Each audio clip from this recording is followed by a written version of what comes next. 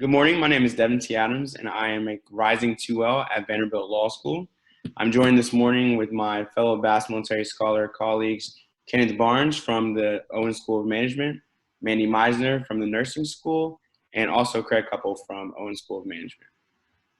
The Bass Military Scholars Program is a program that is funded by the Ramona and Lee Bass Foundation, which was made to allow veterans to come to the Vanderbilt campus and engage and share their experiences as veterans with the undergraduate community.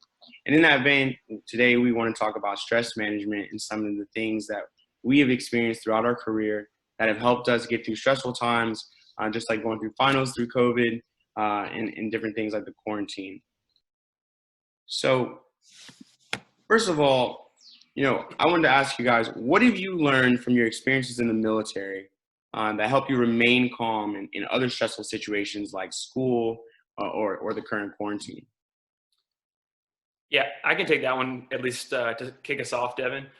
For me, I think one of the biggest lessons I learned was how to compartmentalize different stresses into different parts of my life.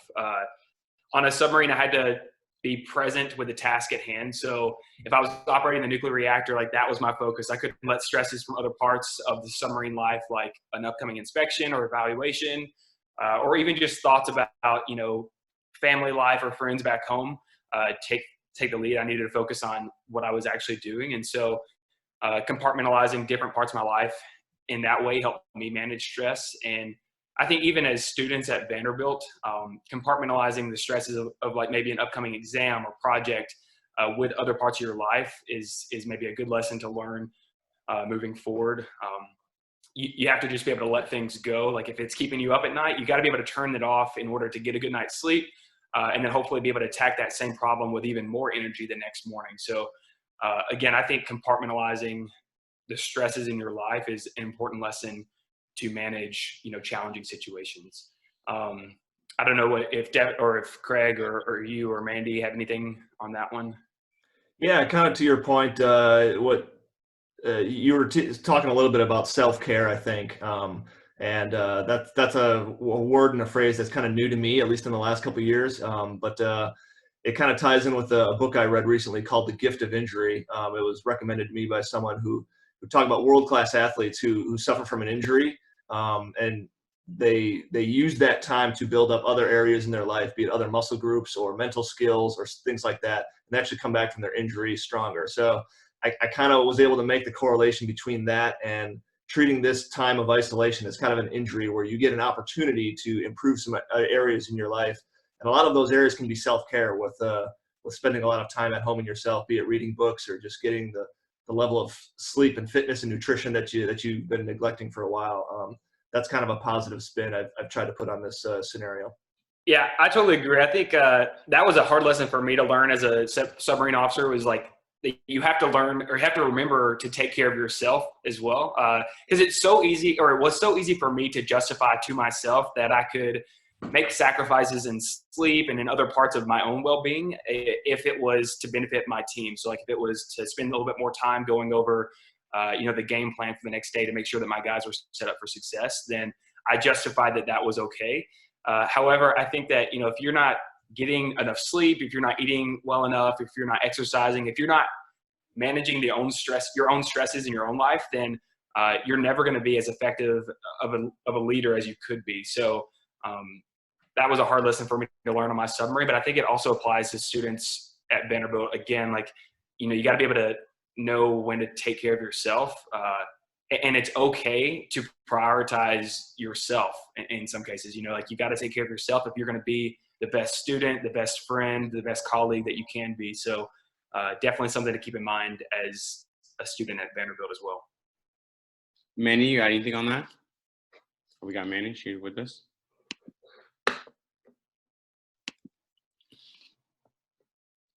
One of the things I'll say from my experience in the Army is that I tried to stay really in-state focused. Is one of the things that they really encouraged us in the Army always, that, hey, at the end of the day, you are trying to complete a mission.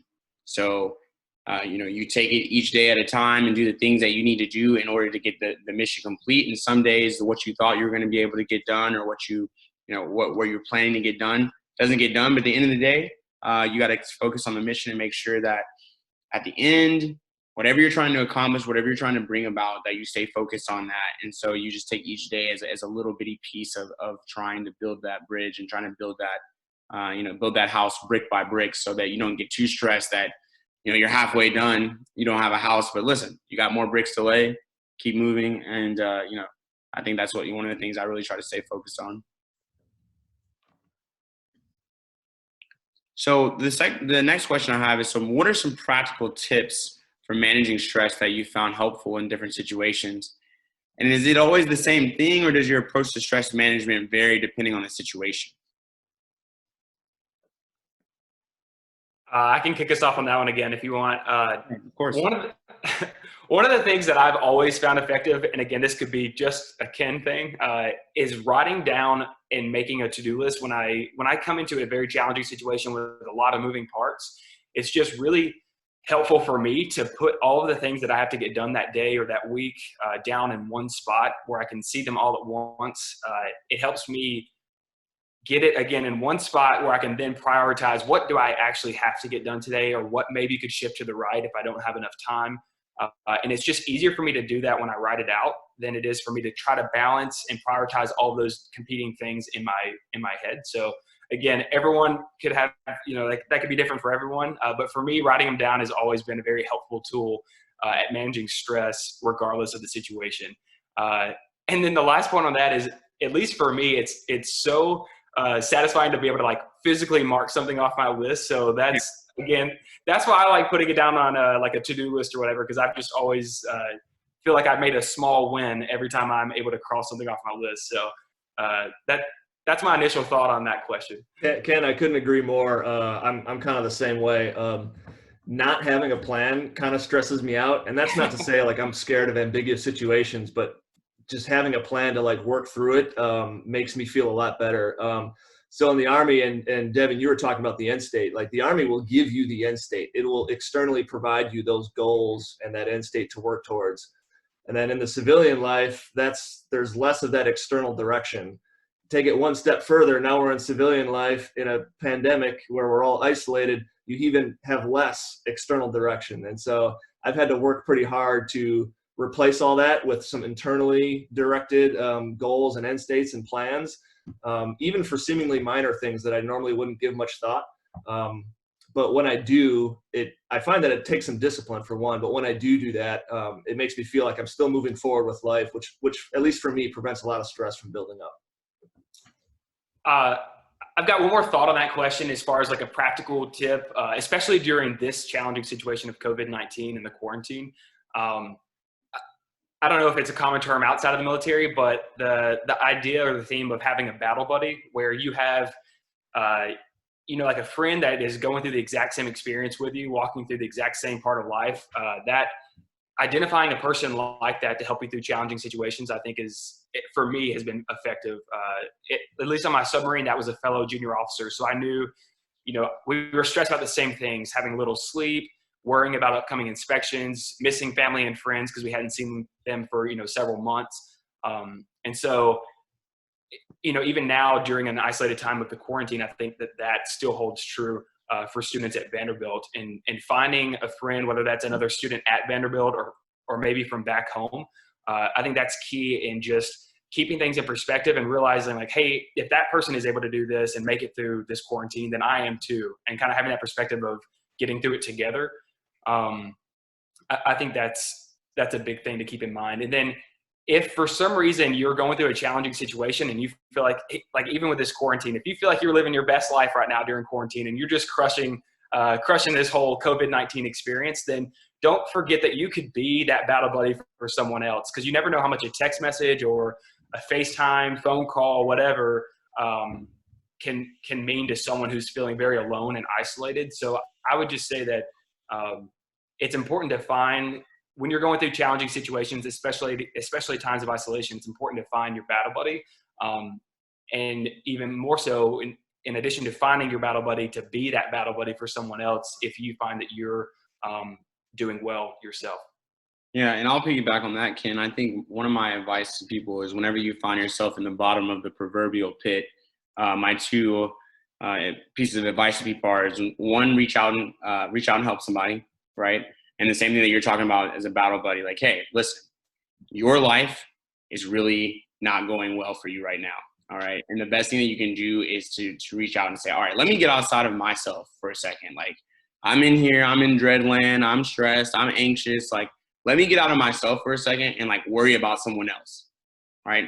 And I found that has taken like me away from my stressful thoughts to say like, hold on, like there's a bunch of other people in the world that are living, they're having problems, they're having like, we can like hug each other and say like, hey, like it's okay. It's okay for me, it's okay for you, it's okay to be stressed, but at the end of the day, we need to move forward and try to help each other out. And the second thing is be productive, right? One of the things I think that comes with stress is that sometimes it can immobilize you. It can make you feel like you don't want to do stuff, that, oh my gosh, like there's so much going on. There's so much uncertainty. I don't know. Why should I do this? Who even knows if this is going to be worth it in the long run? And I would say that being productive in general, finding some way to like, hey, build a project, do something is going to give you those small gains on a daily basis or on a weekly basis. There's like, hey, it's okay. Life goes on. Time moves forward. I started this last Monday. I diddled with it a little bit on Thursday, but no, sure enough, the next Monday it's done, right? And that gives you a sense of completion that you can kind of be lacking, especially in the summertime as we go into the summertime for the year. And so, Mandi, as a licensed social worker and nursing student, can you recommend any evidence-based strategies to keep the mind and body healthy during this pandemic? Yeah, absolutely. And I just want to say that I count you all among. I also offer to be your battle if you need someone to talk to. Absolutely, I appreciate Mandi, it. you already Y'all are great. So I think Ken and Craig, they already brought up a lot of good strategies as far as reaching out socially, making sure that you're keeping your social contacts and making a plan for the day. That's a really big one. So I'm going to kind of focus on exercise and the role of exercise in mental health. So I found this really great article, and if there's a place where we can list it, I'm happy to share it. But so it kind of deals with the role of exercise in attenuating unhealthy food in times of stress. And so I thought it was really relevant because number one, it is a stressful time, and we're all probably prone to a little bit of stress eating, more intake of sugar, carbs, fatty stuff, pizza. There's a lot of burgers in my life, I'm not going to lie to you. Right. But the flip side of that is that some people are experiencing food scarcity because of supply chain interruptions, some kind of panic hoarding going on. You never know when you go to your grocery what's going to be there. So, of course, I would always recommend eating healthy if you can, if you have access to healthy foods. But in the event that you don't, or, you like a sugar habit, chocolate habit like I do, there are ways that you can mitigate that risk factor. So the exercising provides that same endogenous good feeling reward. It triggers that reward system that food does. So exercise can both have a ameliorating effect on stress or protective. So if you did some exercise, for example, and then went out to eat, this study has shown that you're going to eat less calories after exercise. And also, if you're experiencing stress, we all know exercise can kind of relieve that. So just something to keep in mind. Maybe our dietary habits aren't the best right now, but we can kind of mitigate that with exercise. So just thinking of like how different people are getting out to exercise right now. Some people can't get out because they might live in an urban area where it's just too crowded. Right, like New York City. There you go. Yeah.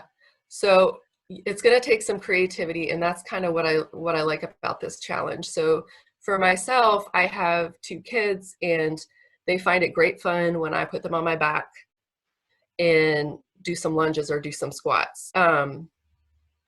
You can also, I mean, there's a lot of items you can use, just about anything, like a sack of potatoes, a sack of flour, milk jugs, just distance exercise. And of course, if you can get out and walk, that's probably the best exercise to do right now.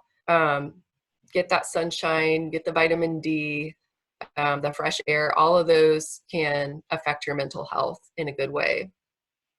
Yeah, really staying in the house a lot in April, and then after a while I started going on walks, and that greatly improved my quarantine situation. I was like, why was I not going outside, you know? Yeah. So the other thing I wanted to talk about was managing anxiety, and probably a tip for that. So am I still here? No, yeah, you're still here. Okay. Okay. If you can do just one thing, I would say take your smartphone or your tablet and disable your news notifications. Depending on your personality, some people having that constant access and reminder of all the stuff that's going on can increase your anxiety. And for some people, kind of knowing what's going on can anxiety. But the bottom line is you want control of that. You don't want your device to be in control of that. So turn that notifications off and access your news when you want it, when you want to.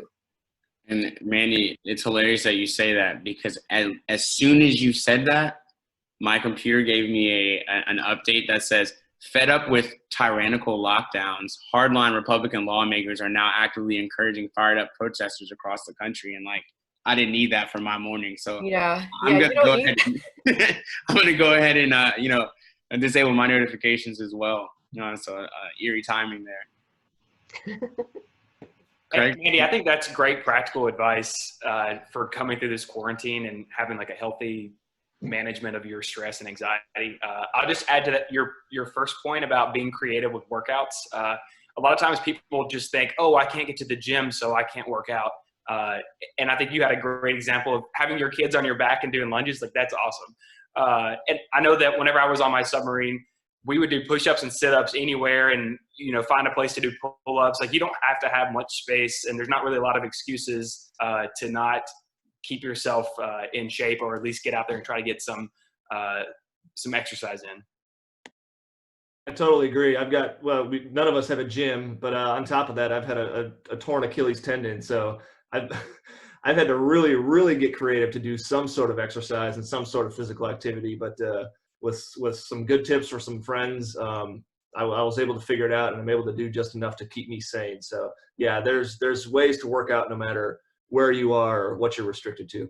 Yeah, I've been doing an alternating, try to get up in the morning and do like a push-up air squat pyramid, like 1 minute on, 1 minute off, like 30 seconds of rest, and then like sit-ups and lunges on the other days. It's been, it hasn't been every day, but I've been trying. I've been trying to do better than not, And while we wait for Mandi to come back, I guess we'll take a look at another question. Like, so, kind of shifting gears from the current, stress of the, the quarantine and how to deal with that. I just want to kind of talk to you guys about what was your biggest adjustment from moving from active duty to grad school? And I think we can really kind of just parse, like, just give me a little bit of what your transition was like, kind of what were you doing before, what led you to your school of choice, and kind of like where that is. And we'll go around the horn for that. And so I guess I'll start actually. For me, I came from my last job in the military was at West Point. I worked there in the admissions department, doing a lot of mentorship with undergrads there. I mean, I guess the cadets there, undergrads, and I did a lot of recruiting. And then I started a business after I got out of the Army. So I had been free, working remote basically, and then I went to a grad school. So that was a really big adjustment for me, was going from remote, working at home, working for myself, to all of a sudden going to this place every day with other people. I hadn't been in school in like 11 years, I think, or I graduated in 2013. So it's been 7 years or 6 years since I had been in school with people. So it was really a huge adjustment for me moving from New York City down to Nashville. But I think things like this, really finding a community with the Bass Military Scholars and having that support with other people who, are older students who are coming in, but just having the community at Vanderbilt at large has been really comforting for me and really helped my personal adjustment. But my biggest adjustment for me was going from working remote, being at home all the time by myself, to suddenly being at school with like 300 people every day. It was really an adjustment for me. Ken? Oh, sorry, I'm mute. Zoom moments right there. Yeah, no, classic. Let's see, before I came to Owen, I was at Navy Recruiting Command Headquarters. So similar to you doing, I wasn't a recruiter, but I was assisting recruiters across the country in finding talent for our nuclear communities on submarines and aircraft carriers. I think one of the biggest transitions, similar to what you said, it is just like going from a completely different, organization. So in the Navy, it gets very clear. You have your end goals. I think maybe Craig stated earlier, like your end state and like always having a plan. And then moving into an academic setting where there's a lot of structure in terms of like what classes you need to take for graduation, but a lot of it is still on you. And so going from like a culture where there were a lot of rules, a lot of structure, and like very easy, it was very easy to kind of follow the route that you needed to take, to a environment where there was a lot more just like it was up to me to figure out how I wanted to get from point A to point B. That was kind of a transition. And then honestly, this will be kind of a joke, I guess more towards the military crowd, but the whole timeliness thing was a big transition for me because at least on my submarine, it was if you're early, you're on time. If you're on time, you're late. And if you're late, you're unacceptable. It was just very, like you will be on time or you'll be early. And it's been funny to come to class because a lot of times, or coming into the graduate school, because a lot of times people will set up meetings and then be late to the meetings that they set up. And so for me, that was kind of a transition of realizing that being on time is important. But for some people and in some cases, it's much more casual than I had been accustomed to in the military, and it's not as necessary in some cases as it was. So wrapping my mind around that was something of a challenge for me personally. Yeah, and I've found that a good courtesy text 10 minutes ahead of, hey, I'm going to be late, is pretty much standard for civilian life. I don't think that a 10-minute text message to my old bosses is going to work. So that's definitely an adjustment. Craig, what's up? Yeah, I'll second the punctuality differences. That's for sure. But for me, I was a helicopter pilot for 12 years on active duty. I flew the Apache. Then I was up in Fort Campbell with the 160th Special Operations Aviation Regiment. So learning to fly two different helicopters, and the Army applies a style of teaching where they teach to the lowest level of understanding in the room, and then just use repetition over and over, as long as it takes, as much as it takes, to make sure it's burned into your mind or muscle memory or whatever the task is. So it's very effective. And I kind of got used to that over a long amount of time. And in an aviation as a pilot, you're expected to understand completely, even just the smallest detail about the aircraft or aerodynamics or the weather that day, because it's all critically important. So I kind of went into business school being used to that, but I realized that grad school is very, very different. For one, professors teach to the more advanced students in the room, and you don't get nearly the repetition that you're used to getting in the Army. So I put a lot of stress on myself early on to understand all my classes to the same level that I understood flying a helicopter, and it just wasn't happening, and I couldn't figure out why. Eventually, I realized that business school, those topics or concepts, they aren't life and death anymore.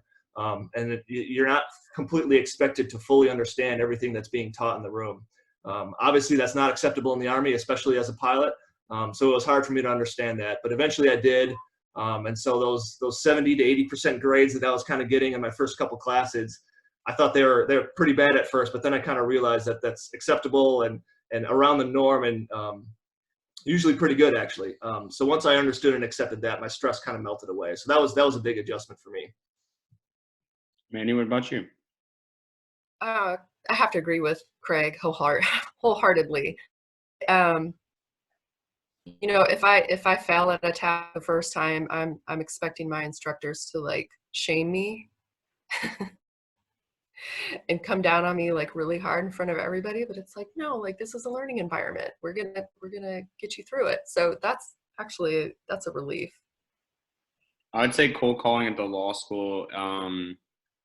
The law school has a little bit more of a similar vibe to the Army in the way that the teaching is done. I feel like it is kind of more taught at the lower level on the opposite side, Craig, where it's like, hey, this is the baseline, prima facie law. Like this is like, these are the elements. So when you don't get it right, sometimes the teachers are like, wait, do you not understand that there's 4 elements that I explained to you? There's just 4. And they go like this: 1, 2, 3, 4. And I'm like, so for me, I was like, okay, I get this. I'm coming from the Army, from the Airborne community a lot, jumped out of planes, and that's a very 1, 2, 3, 4 type of environment. And so I think from that perspective, it's very, very interesting. And I think it's cool, like just thinking about the different, the legal education versus the business education versus the nursing education, and how each of those schools kind of go about delivering the education, and that's really fascinating. So another question I had for you guys was, what do you think students can do to provide leadership within their sphere of influence?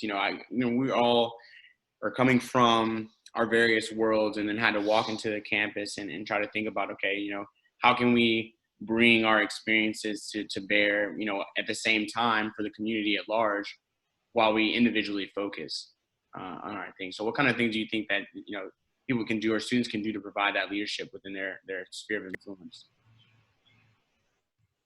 I have a couple ideas on this. Vanderbilt, I think the students are poised to be very influential in the community due to Vanderbilt's reputation for being a leader in scholarship, and both in the medical field at the medical center. I think it's important to kind of be a role model for how to handle this this health crisis. I know when I go to Walmart and I see somebody walk in scrubs, I'm looking to see what they're doing. Like, do they have a mask? Are they not wearing a mask? And I think the same is true when we go out in the community and we wear our Bass Scholar shirts, for instance, or a Vanderbilt sweater. People are going to be watching what we're doing. So I think it's important to keep up with the local and federal recommendations and follow those. I also think that, if you're sharing media or just having a conversation, like use those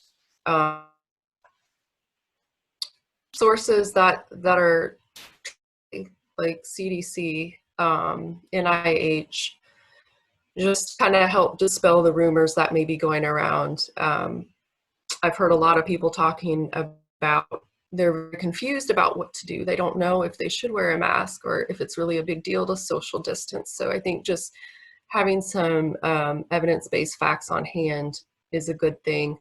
And then I think last and most importantly would be to kind of lead with empathy.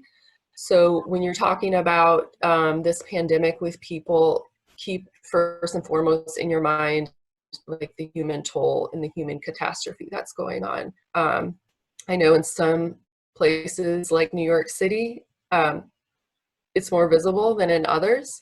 Right. And sometimes we need to remind people about that. Yeah, I'm in New York City right now, and it's been very interesting to see the rise of the mask slowly over time. That when I first got here in March, when we went to digital, it was pretty open. I was out for a run yesterday, and I think I only saw 3 people without masks. And so it's very, very interesting to just kind of see how that goes on and see that it really is leadership by example. After a while, people were like, okay, like that's what we're doing. That's what we're doing. So yeah. Okay. Yeah, Mandi, I totally agree, especially with your point on lead with empathy. What was coming to mind as you spoke was a similar phrase, lead with attitude, but kind of the same point where even if you're not the type of person who understands the CDC guidelines and is out there kind of leading from a medical perspective, you can lead with just how you interact with people, and having an upbeat, positive, can-do attitude can brighten someone's day. There are workers out there, either in the medical field or some other essential services, who may not want to be there, or they're really scared. And if you just have a small interaction, even through your masks, but your eyes light up with a smile and some kind words, and you just have a good attitude, that can really brighten up someone's day and just kind of make this better for everybody. Totally agree, Craig. Right on. Kenny, you got anything? No, I feel like Mandi and Craig pretty much summed it up. I guess I'll just add that I think it's important to realize that you don't have to be in a formal leadership role to be a leader. And I know, at least in high school and even in college, it was kind of hard for me in some cases to realize, like, hey, even as a student, I can be a leader with my friends, with my peer group. So you don't have to be a doctor, you don't have to be a nurse, you don't have to be a leader in an official capacity to kind of step into those leadership roles and do exactly what Mandi and Craig have emphasized there, with leading with empathy, leading with attitude. I guess that's all I'll add on that one. Yeah, and I'll just say one of the things that one of my mentors is always talking about leadership is that, hey, leadership is about service, right? And so in the way that you can serve others is by doing what is supposed to be done and helping be that light so that they can see it. And I totally agree with that. So then, kind of keeping on with that, we were talking about the adjustment from our previous jobs to coming into school. And then, of course, in our first year of transitioning from job to school, we didn't, transition from school to remote. And so, how has COVID affected your outlook on life, especially, your new or being new to civilian life? What's that like for you guys? I know we're coming from the stability of the government. I think I was on active duty for 8 years. I was supposed to be working at Airbnb corporate this summer, and subsequently, obviously, the travel industry is taking a beating. And so that no longer became a situation. So for the first time in my life, I got laid off. And so for me, this has been a very fascinating experience, just to think I worked so hard all year to get my internship, and then all of a sudden, a month before we're supposed to go, it's taken. And for me, I have really just tried to think about that as like, look, I did everything that I was supposed to do in school and with my interviews to land the job that I wanted to land. Unfortunately, the landscape changed, but that doesn't mean I did anything personally wrong or there's something that I should be, upset about. I didn't do it. COVID-19 did it to me. And so just trying to kind of keep that energy, keep that spirit up of like, hey, I mean, the plans have changed. And so we have to act accordingly. It's not my fault, but at the end of the day, we have to kind of plug that hole, figure out what we're going to do and move forward.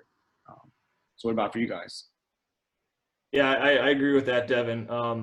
For me, it's been kind of a great perspective check, which feels weird to say because there's not a lot of great things happening in the world. You really got to search for them. But, personally, it's been a great perspective check, not unlike a lot of experiences, we've all had in the military. When things are going poorly, you kind of learn the skill of narrowing your concerns down to the simple basics like food, water, ammunition. And if you don't have food, okay, we at least got water and shelter and we're not going to be freezing tonight. You got to get to narrow your scope a little bit. Yeah. And then all of a sudden things don't actually seem that bad and you can actually kind of feel kind of grateful.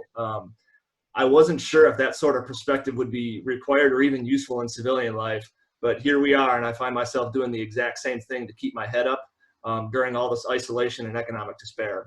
I think the truly successful people in life are those who are resilient and adaptable and that can maintain some sort of gratitude and be content with those basic things in life during a challenging time like this. So I knew that to be true in the military, but I wasn't so sure if that would carry over into civilian life. And this pandemic has made me believe that it's universally true, even in the business world. Those who prepare for the worst have more successful careers and lives. One last point, it's very easy, and a lot of people I think get used to living at the top of Maslow's hierarchy pyramid in that comfortable area where everything is fulfilled and life is good. But during a pandemic like this, it's very jarring, and they struggle to go kind of back down to that base level of the pyramid where you're satisfied and content with the basics of life. And you need to do that sometimes, even if you don't want to. Life kind of forces that sometimes. but those who are resilient and ground in a perspective of gratitude are generally more successful and happy in the long run.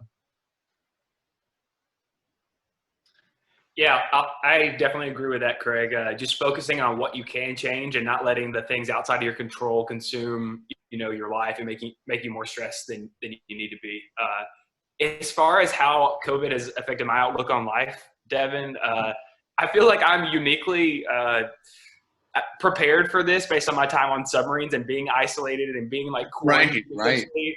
And being remote and not having communication with family and friends.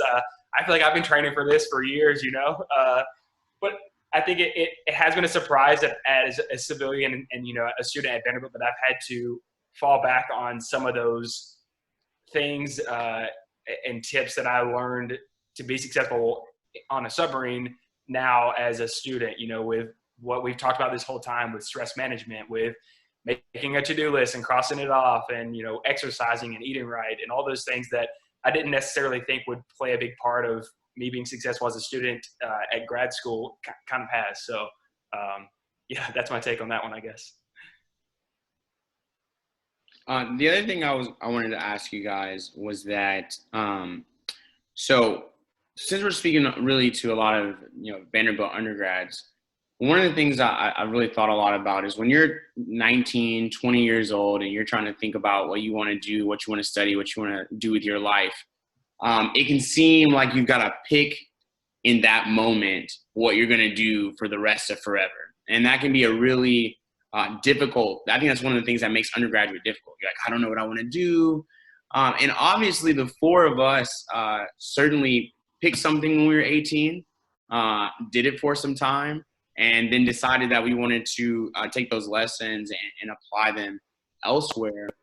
So I just kind of want to talk about, kind of what were your decisions that brought you, into the military, out of the military, and kind of just talk about how you don't have to do the job that you're doing when you from your undergraduate career for the rest of your life. And I think that's just something that we are uniquely positioned to talk about. And so I would just like to talk about that. Yeah, I can start from my perspective. When I was younger, I came into the military. I went to West Point. I knew I was interested in business in the long term. And so I was an economics major there. And so I understood there was a lot of things that I were going to benefit from my 5 years of service. I was going to learn to be a leader. There were some things that I wanted to do, like Ranger School and deployments and some other things that I felt like I wanted to do as a young man. But I knew that I was not going to want to do as an older man. And I kind of gave myself a mental stopgap of like 30.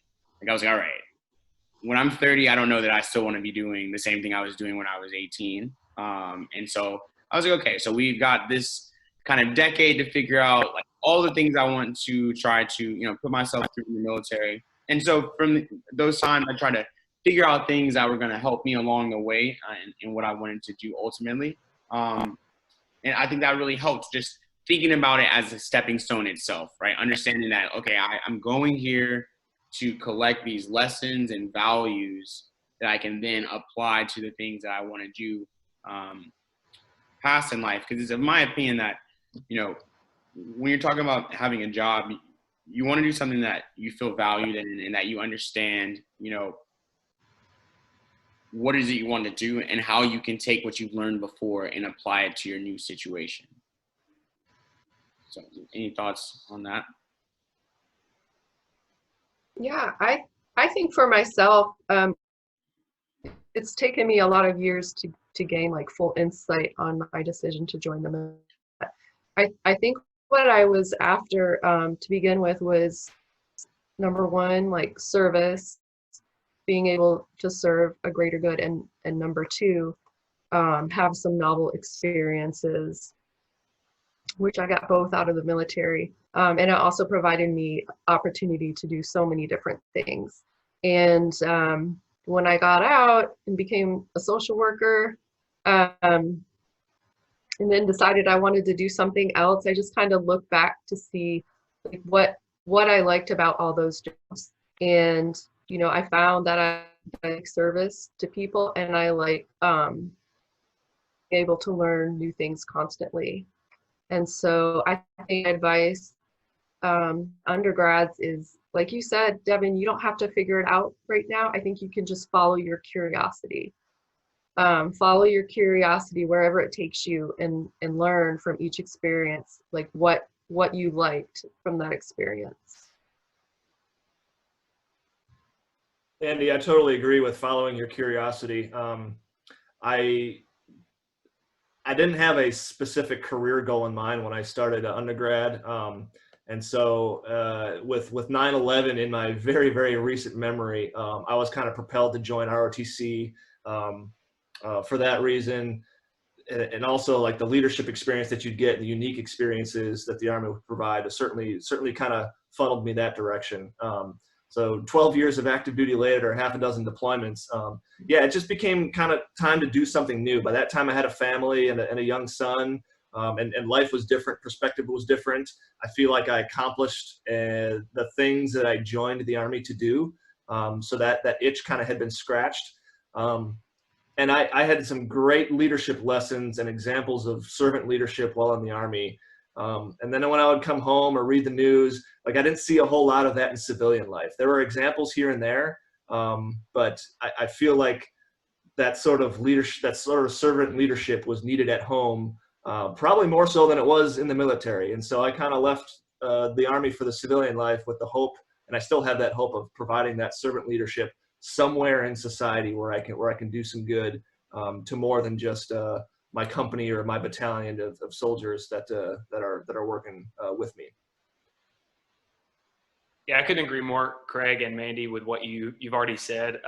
Craig, I agree that like your perspective and your priorities shift as you move through life. So what makes sense for you right now might not make sense for you, 5, 10 years from now, 1 year from now, really. And that's kind of why I decided to transition out of the military. I will always be very thankful and appreciative of my experiences in the military. I just was ready to be a little bit closer to home, and I'm from Tennessee, and there's not a lot of oceanfront property in Tennessee, so it just made sense for me to kind of transition out. And then to kind of echo what Mandi was talking about, like you don't have to know exactly what you want to do for the rest of your life right now as an undergrad. It's okay to kind of follow your curiosity. Don't let the indecision paralyze you. Like you do have to make a choice at some point, but you've got your summers. Go intern with someone. Go meet someone for coffee. Just go talk to people who are doing things that you might be interested in doing, and try to figure out what inspires you the most, and just pick one and kind of go with it. And again, even if you pick one and go with it, you're not married to that idea for the rest of your life, and it's okay to change your mind, a few years down the road. So.